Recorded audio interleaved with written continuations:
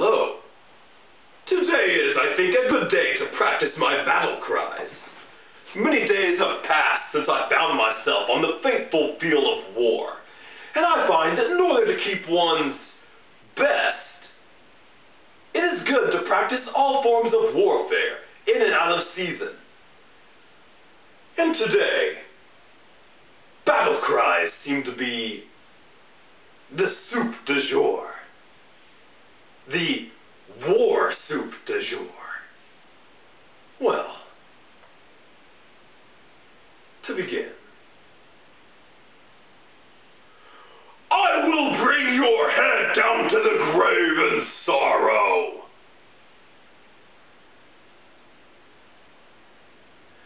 As a great forest moving against you, so shall be the spears of my army on the day of battle, when we meet in turmoil.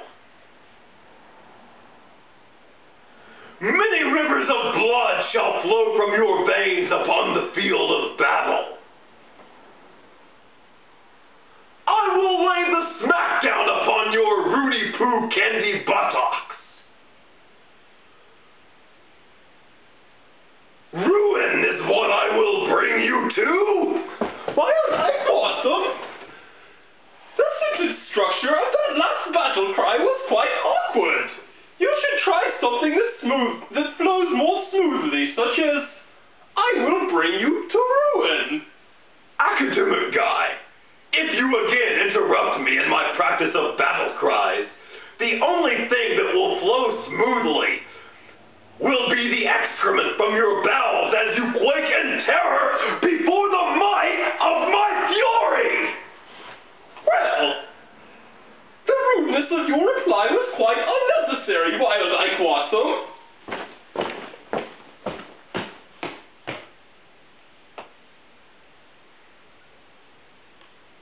I find myself quite out of sorts after that exchange.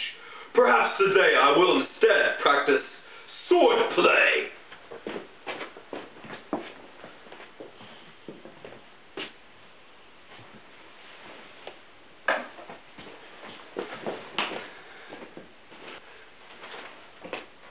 Well, guys, it sure is the month of December, isn't it? Yep. December is what month this is. In honor of the month of December, I've decided to give you a McFlingleson history lesson. There used to be only 11 months. And in that time, there were only 334 days in the year.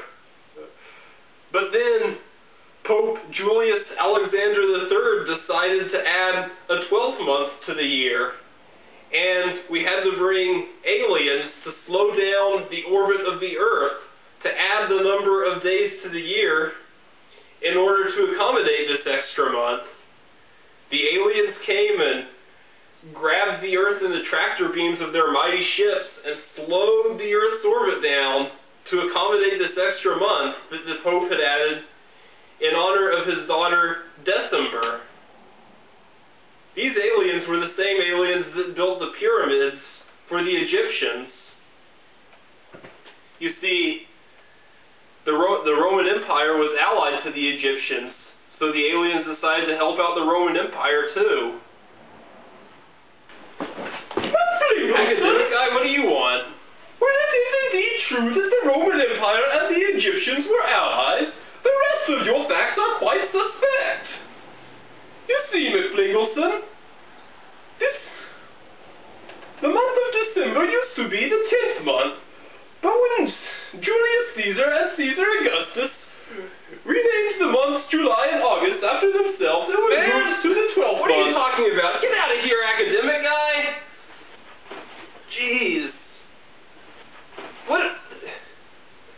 Man, academic guy, where did you even get your PhD? You need to go back to the electrical college for more study. McFlingleson, for one thing, it is pronounced the electoral college, and it is not in fact a university. It is the process by which our leaders are democratically elected. You see, each state is assigned a number of votes based on its population, and democratically appointed leaders, man, I'm going to give you a lesson like you cool hard to me. Man, we don't have to take this camera. Let's get out of here. Man, while like some academic guy's being a butthead, what should we do together to away from him? McFlingleson, I have in mind an diversion. We could hone our sword fighting skills in a session of sparring. Well, like Watson, those aren't swords, those are hands. Why, they certainly are swords. They are nearly identical to the ones used by the great Frumarian race upon the fields of battle in the plains of Abyssinia. Okay, whatever, they're swords. McFlingleson, this will be an excellent session of sparring. Aha, McFlingleson! A foeman reveals himself. Let us do battle.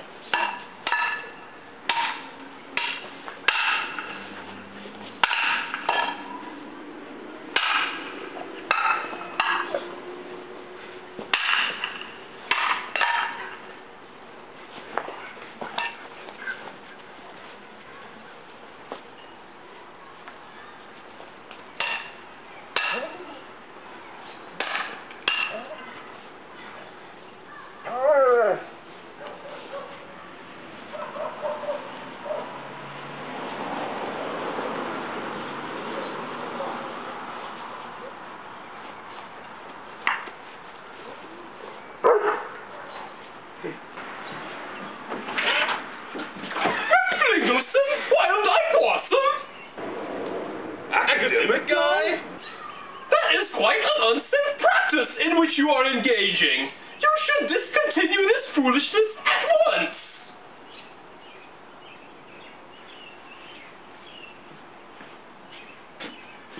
Academic guy, your heart will discontinue beating if you do not desist telling us what to do. Well, Wild Eye Quassum, that was quite unnecessary. McFlingleson, that was certainly some well-fought battle. Do you think it's going to rain? Yeah, there certainly are a lot of cumulus clouds up there. McFlingleson, I believe you mean to say cumulative clouds. No, Wild Eye Quassum, I'm pretty sure cumulus clouds are the ones that make it rain. Cumulative clouds are the ones that fireballs fall out of. McFlingleson, I disagree with you. I do not believe that you are a very academic guy. Huh. I don't think that you're a very academic guy either. Who could we ask? What kind of cloud produces rain and thus settle our verbal sparring that took place so shortly after our sword sparring? Huh, neither one of us is a very academic guy. Who's an academic guy around here? Academic guy! Academic guy!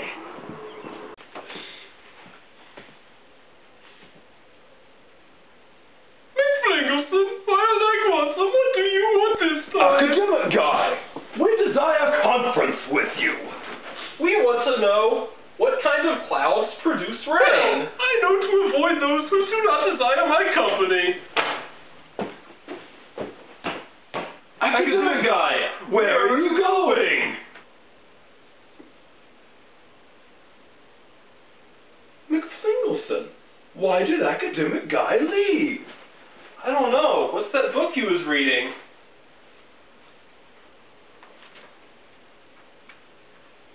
McFlingleson, I fear that we have been most cruel to our friend Academic Guy, for this book is entitled, How to Not Be a Pedantic Jerk to Your Friends When Giving Them Helpful Information, a Guide for Scholars.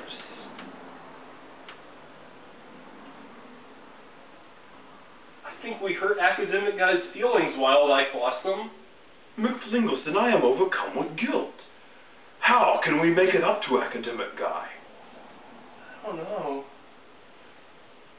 see. Academic guy values nutrition. Yes. We could make him a healthy and well-balanced meal. McFlingleson, this is a capital idea. To the kitchen. It's time for McFlingleson's Kitchen. What a wonderful phrase. McFlingleson's Kitchen. Ain't no passing craze. Today's recipe, apology pork chops. And while I gloss them, for the potato portion of this meal, we will need to preheat the oven. I recommend a temperature of 450 degrees.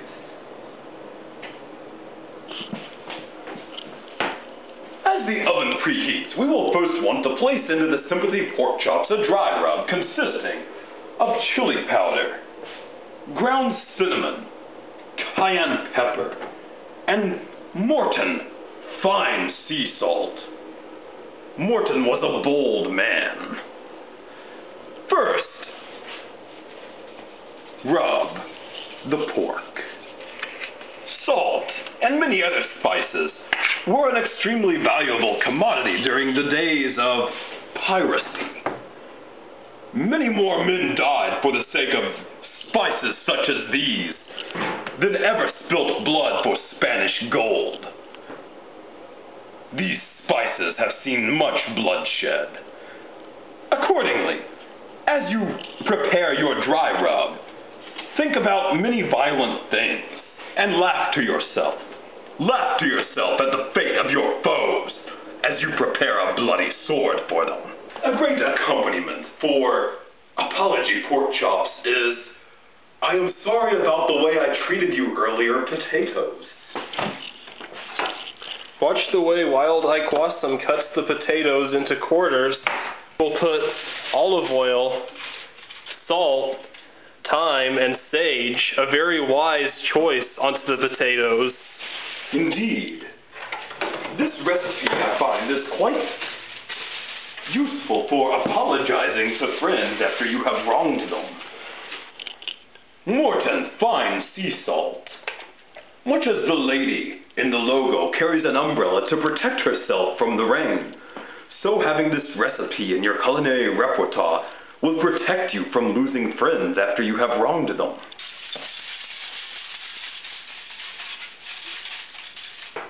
To the spice drawer! What a fresh air that emanates from these spices. Much as it will clear and freshen the air in your strained friendships. Having allies is very important as we navigate the many trials of life. You never know when you will need a brother to hold the line of battle beside you. I like to think of these as culinary hand grenades that I twist into deliciousness before pulling the pin on hunger. I will throw a hand grenade at your hunger, McFlingleson. Will you kill my hunger's wife and kids? I hate to say it, but I will. And now, push the start timer. Just as you must put the spice, thyme, into the potatoes, you also must put 40 minutes of thyme into them. Pour a measure of olive oil into a pan. Swirl it around so as to coat the entire bottom of the pan. And then place the burner buttward so as to heat the olive oil. And now, retrieve the dry rubbed pork chops from their place. Place the pork chops into the pan.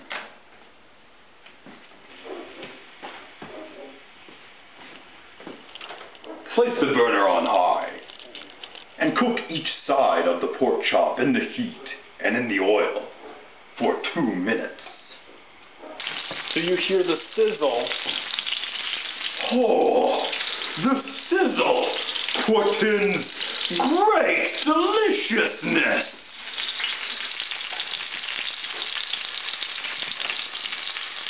When 2 minutes have elapsed, lift each pork chop. Do not be deceived by the browned exterior. If you attempt to eat this pork chop, you will consume the red and bloody center of it, and it will give you nasty poo-poo. And now, remove the apology pork chops from the searing oil and place them in a Pyrex pan that you will have made sure to wash before you began this McFlingelson video. Before you put the pork chops in, you'll want to spray cooking oil all over the pan so as not to have the pork chops stick to it. Additionally, make sure that you own a Pyrex cooking pan before beginning this recipe. McFlingelson, the 25-minute mark. Place the Pyrex bowl into the furnace. We will revisit it again in 12.5 minutes. And now, McFlingelson, it is time to begin thinking about reconciliation green beans. The ingredients for reconciliation green beans: bacon, onion, green beans, mushrooms. First, remove various strips of bacon from the container. I like to use 5,000 strips of bacon, but Academic Guy and McFlingelson would die if they ate that much bacon, their constitutions being much frailer than that of myself. An adequate number should be somewhere between 4 and 6. I enjoy using scissors to slice up bacon. I pretend that they are a sort of culinary construction paper, and that I am in elementary school. Aha! The bacon has been cut into appropriately sized strips. Turn the burner buttward. Painstakingly slice from the end of each green bean those little nubbly bits. The paring knife, with its small size, is useful for cutting such small objects as these. Indeed. In a well-run kitchen, every tool has its job and every job has its tool. That is a like Wassam cooking tip.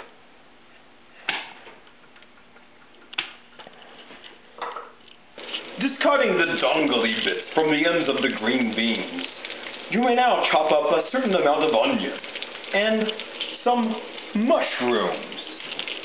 Mushrooms, that most delicious of funguses. I greatly prefer them to the fungus that grew on the bodies of my dead comrades when I had to eat that to survive the day that I was stranded in a high mountain pass after a fierce battle ensued between us and our foes.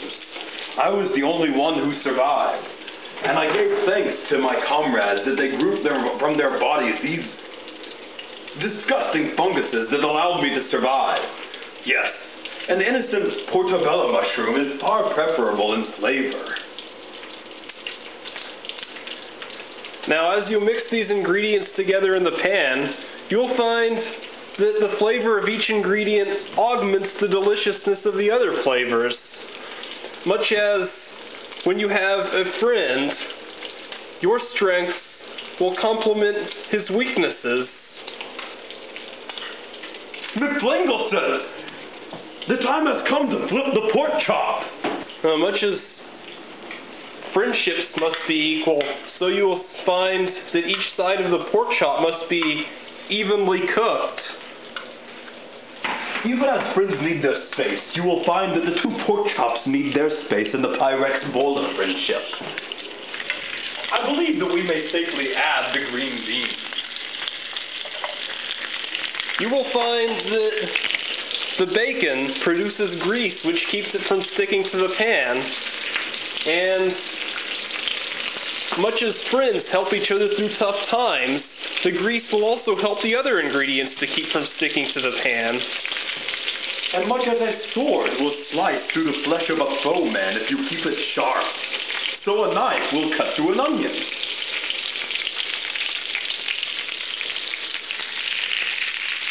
You don't want to stir these ingredients. Doesn't this meal smell delicious? Indeed, McFlingelson. Our viewers at home will be unable to perceive the smell unless it lingers for a very long time and someone watches it on your laptop while in this very kitchen. I have viewers?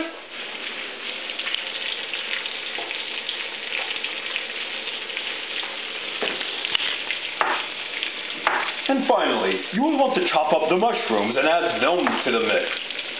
You will want to add them last of all because mushrooms cook the most quickly of all of these ingredients. Do not be alarmed if it appears that there is a great number of mushrooms being added, as mushrooms diminish in size as you cook them. McFlingleson, behold, the time draws near. Take at hand your oven mitt and remove the Pyrex bowl from the oven. Be careful not to place it on a surface with moisture, or it will totally the hell explode. Place the potatoes on the plate. Don't those spices smell delicious? A little known fact is that you will want to leave the meat to sit some before you cut into it. This is fortunate as it gives us time to cook the reconciliation green beans a bit longer. Academic guy! Academic guy, come here! McFlingleson, what is all this? Academic guy, we realize that we mistreated you earlier, and to apologize, we have prepared this feast. The third plate is off camera. Well, I accept your apology. And I too apologize for being obnoxious with all of my knowledge. We accept your apology, academic guy. Academic guy, we should not have treated you shabbily. We respect your knowledge. Oh, let the three of us resume our friendship.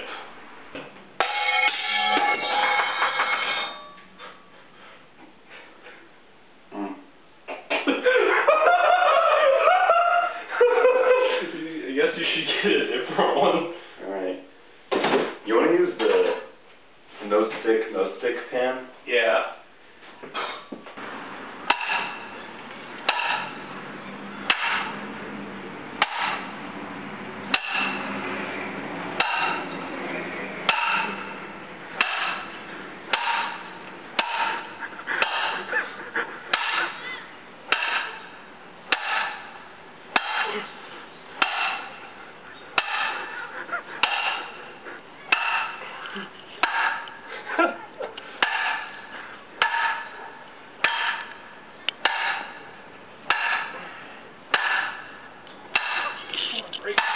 Truly, McFlingleson is a skilled blacksmith.